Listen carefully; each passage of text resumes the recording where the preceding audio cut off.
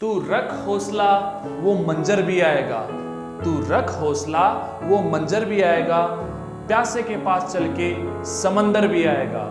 थक करके ना बैठ ए मंजिल के मुसाफिर, तुझे मंजिल भी मिलेगी और मंजिल मिलने का मजा भी आएगा। नमस्कार दोस्तों, मैं अजय स्वागत करता हूं आपके अपने favourite channel magic maths by Ajay sir में। दोस्तों, आज के वीडियो लेक्चर में मैं करवाने जा रहा हूं इरेशनलिटी प्रूव। इरेशनल नंबर को कैसे प्रूव करेंगे, बहुत ही शानदार टॉपिक है।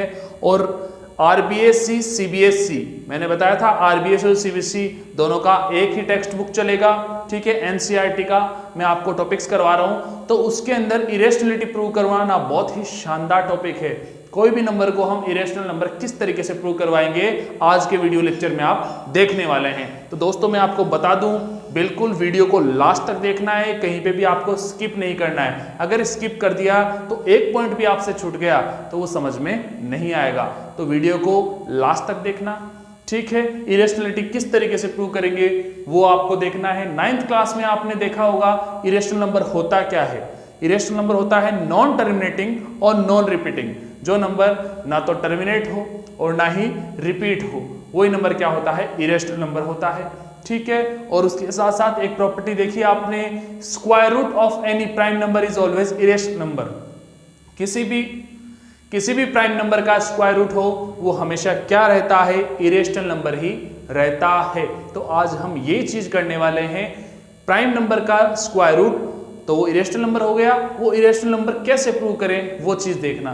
तो स्क्रीन की तरफ देखें, prove that √2 is an irrational number. हमारा क्वेश्चन क्या है, प्रूव करना है कि √2 क्या है, एक इरेशनल नंबर है।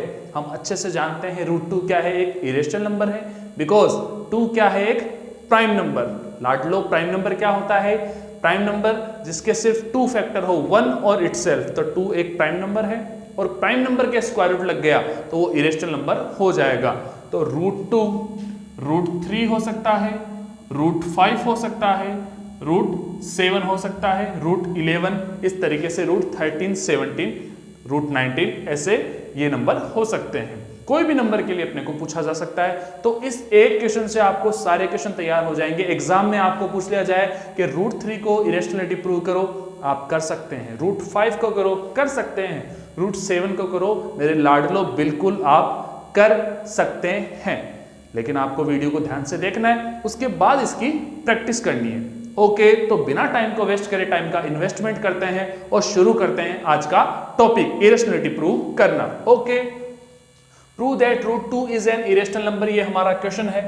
तो सॉल्यूशन में हम सबसे पहले क्या करते हैं, हम ऐसा एज्यूम कर लेते हैं, मान लेते हैं कि √2 क्या है, रेशनल नंबर है। ऐसा एज्यूम कर लेते हैं। तो लेट्स एज्यूम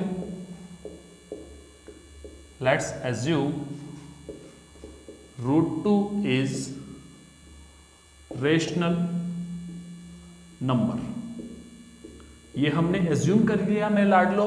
इस एक ही क्वेश्चन से ये सारी चीजें आपको एक साथ तैयार हो जाएगी, ठीक है ना। हमने क्या एज्यूम किया, let's assume √2 is rational number. और आप जानते हैं रेशनल नंबर को हम क्या लिखते हैं, p/q के फॉर्मेट में, और q नॉट इक्वल टू 0, ठीक है। डिनोमिनेटर 0 नहीं हो सकता, p/q भी लिख सकते हैं या a/b लिख सकते हैं, बात एक ही है, ठीक है। सो ऐसा करते हैं, √2 इक्वल टू a/b लिख देता हूं और यहां पे लिख देता हूं b not equal to 0। Clear बात है ना भाई, यही हुआ था कि हम इस रेशनल नंबर को a/b के फॉर्मेट में लिखते हैं, न्यूमरेटर और डिनोमिनेटर के फॉर्मेट में, और डिनोमिनेटर 0 नहीं होता है। तो √2 इसको रेशनल नंबर एज्यूम किया, इक्वल टू a/b, ऐसा हमने लिख दिया। और क्या लिखा लाड लो, ध्यान से देखना, a and b are coprime numbers. क्या आप जानते हैं को-प्राइम नंबर्स क्या होते हैं? जानते हैं को-प्राइम नंबर्स, जिन नंबर्स में सिर्फ ओनली 1 कॉमन हो, a का और b का जो फैक्टर्स हो ना, उनमें सिर्फ क्या कॉमन हो, 1 ही कॉमन हो। या फिर मैं कहूं कोई भी नंबर कॉमन नहीं हो। भाई कोई भी नंबर कॉमन नहीं, इसका मतलब 1 तो कॉमन मिलेगा ही मिलेगा। 1 नंबर का किसी भी नंबर में डिवाइड जाता है और जा सकता है और जाता भी है, ठीक है ना। 1 बहुत ही इंपॉर्टेंट चीज़ है। 1 और 0 की बात आपको बहुत अच्छे तरीके से एक वीडियो अलग से सेपरेट बना के दूंगा, बहुत अच्छे तरीके से आपको कंसेप्ट क्लियर हो जाएंगे। 0 और 1 के बहुत शानदार इनके बीच में संवाद होता है, बातचीत होती है। इन्हीं बातचीत के अंदर आपको सारे कंसेप्ट 0 और 1 के क्लियर हो जाते हैं। ओके, यहाँ पे हमने लिखा ए एंड बी आर को प्राइम नंबर्स। इट मीन्स ए और बी में सिर्फ 1 ही कॉमन हो सकता है इनके फैक्टर्स में, और कुछ भी कॉमन नहीं हो सकता। ओके, ऐसा काम किया। फिर ये b इधर डिनोमिनेटर में था, क्रॉस मल्टीप्लाई किया तो क्या बन गया, b√2 इक्वल टू a, कुछ ऐसा हुआ। फिर हमने किया squaring both side, squaring both side. लाडलो इसका मतलब क्या हुआ, दोनों तरफ हमें क्या करना है, स्क्वायर करना है। b√2 का whole square equal to a square, कुछ ऐसा बना। यहाँ पे इसका स्क्वायर करेंगे तो b का स्क्वायर बन जाएगा, रूट का स्क्वायर करेंगे तो मेरे लाडलो क्या आएगा, ओनली 2। तो मैं 2 को यहाँ लिख देता हूँ, 2b स्क्वायर इधर a स्क्वायर। यहाँ तक कोई समस्या नहीं। आगे बढ़ते हैं, ये 2 इस साइड मल्टीप्लाई में, उधर जाके डिवाइड में। So b square equal to a square upon में 2, ऐसा मैंने लिख दिया। अब मैं आपको बहुत ही शानदार, बहुत ही खास और बहुत ही गहरी बात बताने जा रहा हूं, ध्यान से सुनना। ये a स्क्वायर 2 से डिविजिबल है, a स्क्वायर 2 से डिविजिबल है, तो मैं कह रहा हूं a भी 2 से डिविजिबल होगा। a स्क्वायर 2 से डिविजिबल है तो a भी क्या होगा, 2 से डिविजिबल। तो आप लिखेंगे a divides bye 2, a divides bye 2, ठीक है। ये a भी क्या होगा, 2 से डिविजिबल। इतना काम हो गया। इसको हम देते हैं इक्वेशन नंबर फर्स्ट। क्लियर है। अब देखना हम क्या करेंगे, ये जो a है, मैं a को क्या एज्यूम कर लेता हूँ, वापस यही प्रोसीजर वापस चलेगा, ठीक है ना। ये वाला जो इतना प्रोसीजर किया वो वापस चलेगा। a की जगह लिख देता हूँ a equal to 2c, a की जगह मैं क्या लिखता हूँ 2c, और c भी क्या है, कोई नंबर है ना, इंटीजर है। c is a positive integer. Clear है।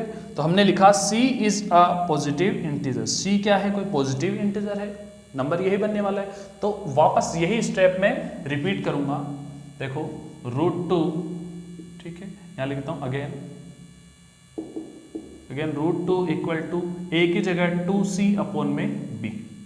क्लियर बात है। यहां पे क्रॉस मल्टीप्लाई करूंगा, b√2 equal to 2c, squaring both side, ठीक है, स्क्वायरिंग बोथ साइड। बिल्कुल जो काम इसमें किया वही काम इसमें करना है, हमें कोई चेंजेस नहीं।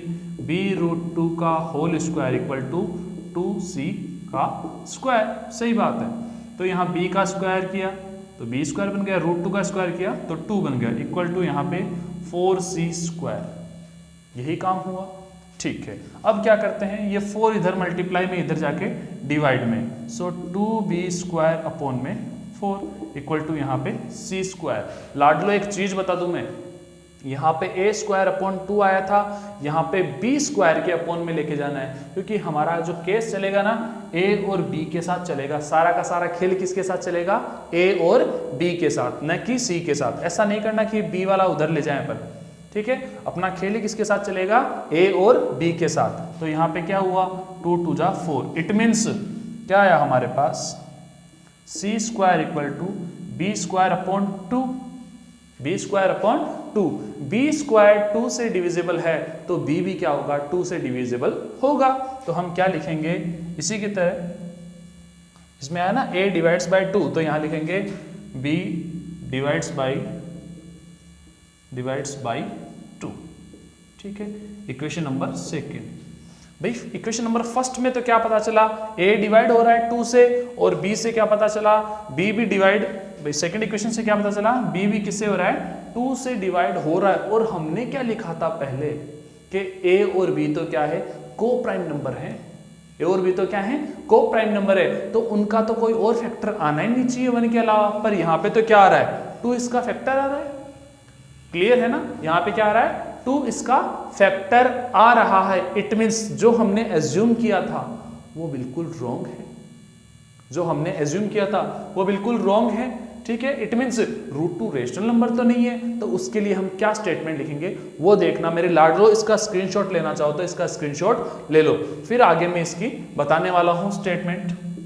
तो हमें इक्वेशन फर्स्ट और सेकंड से क्या पता चला, 2 इसका कॉमन फैक्टर है।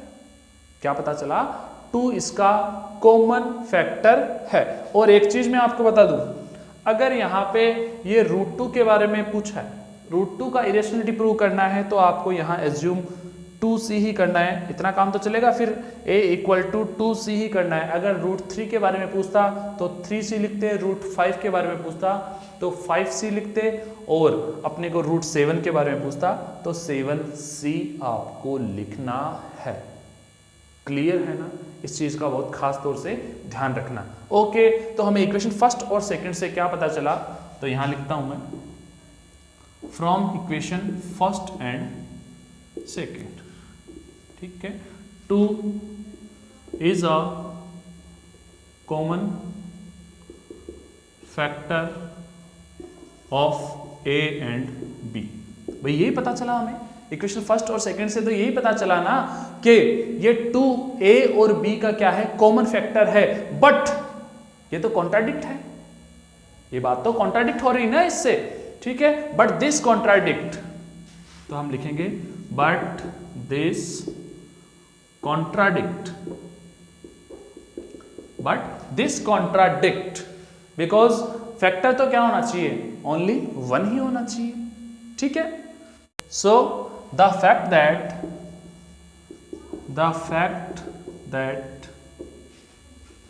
common factor of a and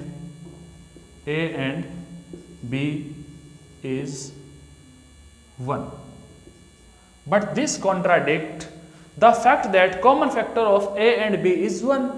fact तो क्या है, इनका कॉमन फैक्टर क्या होना चाहिए, 1 ही होना चाहिए। मेरे लाडलो, ये कॉन्ट्राडिक्शन कैसे अराइज हुआ, जो हमने एज्यूम किया था वो रॉन्ग है, तो हम क्या लिखेंगे आगे स्टेटमेंट में, ठीक है। This contradiction arisen because of our hypothesis is wrong, √2 is irrational number. ये हाइपोथेसिस जो हमने एज्यूम किया था वो क्या है, wrong. So we conclude that √2 is an irrational number. हमें क्या कंक्लूजन मिला, √2 क्या है, इरेशनल नंबर, ठीक है। आगे का स्टेटमेंट यही रहेगा, this contradiction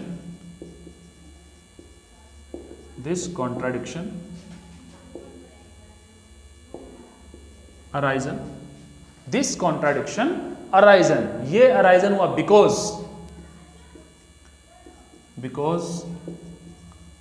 our assumption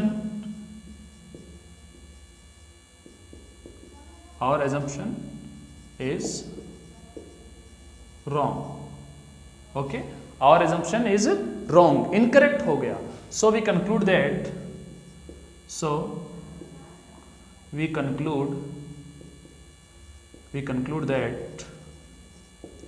√2 is an irrational number। So we conclude that √2 is an irrational number। ये स्टेटमेंट्स हमें लिखने ही होंगे, बिल्कुल लिखने होंगे, ओके। इसी के साथ आप इरेशनलिटी प्रूव कर सकते हो। स्टेटमेंट में फिर से दोहरा देता हूं, ध्यान से देखना। क्वेश्चन फर्स्ट और सेकंड से हमें क्या पता चला, √2 is a common factor of a and b। इससे क्या हुआ, कॉन्ट्राडिक्ट हुआ भाई, इस स्टेटमेंट और स्टेटमेंट का कॉन्ट्राडिक्ट हुआ, ठीक है। But this contradict the fact that common factor of a and b is 1, ठीक है। कॉमन फैक्टर क्या है, 1 ही है। दिस कॉन्ट्राडिक्शन अराइजन, ऐसा कॉन्ट्राडिक्शन क्यों अराइज हुआ, because our assumption is wrong, जो हमने एज्यूम किया था वो रॉन्ग है, इनकरेक्ट है। So we conclude that √2 is an irrational number. √3 का भी इसी तरीके से करेंगे, √5 का, √7 का, जो भी हमारे पास प्राइम नंबर है उसके साथ स्क्वायर रूट लगा हुआ है, उसका काम बिल्कुल इसी तरीके से करेंगे। ये स्टेटमेंट आपको लिखना होगा। मैं उम्मीद करता हूं लाडलो आपको बहुत अच्छे से समझ में आ गया होगा। फिर भी अगर कोई दिक्कत हो तो मुझे कमेंट बॉक्स में जरूर लिखना, ओके। आपके डाउट्स मैं क्लियर करूंगा। ओके, मिलते हैं नेक्स्ट क्लास में नेक्स्ट वीडियो के साथ। तब तक के लिए खुश रहिए, मस्त रहिए, स्वस्थ रहिए, अपना ध्यान रखिए और प्रैक्टिस करते रहिए। थैंक यू, धन्यवाद।